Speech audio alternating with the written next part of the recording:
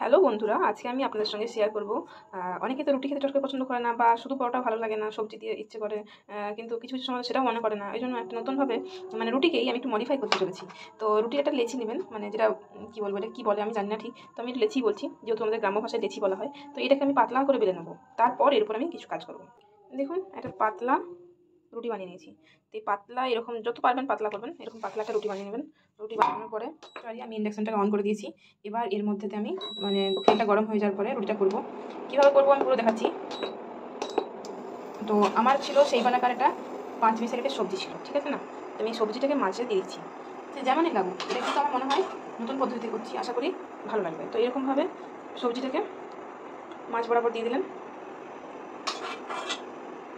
একটু ভালো করে বেশি করে দেওয়ার পর ঠিক এইভাবে টানবেন, এইভাবে টানবেন। এখানে কিন্তু জল দিয়ে লাগিয়ে দিতে হবে। তারপরে এটাকে এরকম করতে হবে, এটাকে এভাবে করতে হবে। এবার লকটা করতে হবে জল দিয়ে। দেখুন এটা হয়ে গেছে। তো এটাকে আমি এবার কড়াইতে ছেড়ে দিচ্ছি। আমি যেরকম হালকা ফ্রাই প্যানেতে এইভাবে করে ফেলছি। এটা কিন্তু খেতে মজাদার লাগবে, কেননা যতই হোক এটা এটা অন্যরকম ফিল হবে। তো এই জন্য এরকমভাবে করতে বলা, যে রুটিটাকে একটু মডিফাই করে নেওয়া। যে সবজি থাকবে দুপুরের সবজি, বা নিজে যদি সবজি বানাতে ইচ্ছে পারে ইনস্ট্যান্ট সবজি বানিয়েও নিতে পারেন। তো এতে করে কী হবে, এটা খেতেও ভালো লাগবে এবং এটা দেখতেও ইউনিক লাগবে আর কি।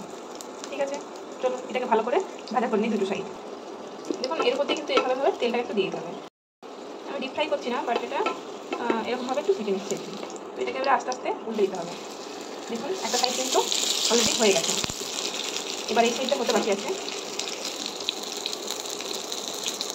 তবে এটা আমি ফার্স্ট টাইম ট্রাই করছি, জানি না যদি কিছু খারাপ হয়েও থাকে তো প্লিজ ক্ষমা করবেন। তো আমার মনে হলো যে এরকমভাবে খেলে অনেকটা বেশি মজাদার লাগবে, অনেক টেস্টি লাগবে। তো এটা প্রায় হয়ে এসেছে। দেখুন এটা কিন্তু ভালো মতো হয়ে গেছে। একটা সাইড ভালো করে ব্রাউন হয়ে যাওয়ার পর আরেকটা সাইড উল্টে দিয়েছি ভালো করে। মিডিয়াম আছে করবেন, তাহলে কী হবে, আর টেস্টি হবে এবং কড়কড়ে হবে, ক্রিস্পি হবে। তো এইভাবে অনেক কিন্তু খাওয়া যাবে।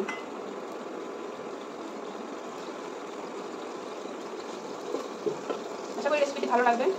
রেসিপিটি ভালো লেগে থাকে like share subscribe please, and যদি ভালো লেগে থাকে তো প্লিজ শেয়ার করবেন অনেক অনেক। দেখিনি এদিকটাও ভালো মতো একটু ভালো ভাজা হয়ে গেছে, এটা হয়ে এসেছে প্রায়। দেখুন কালারটা কত সুন্দর হয়েছে। এবার এটাকেও তুলে নেব।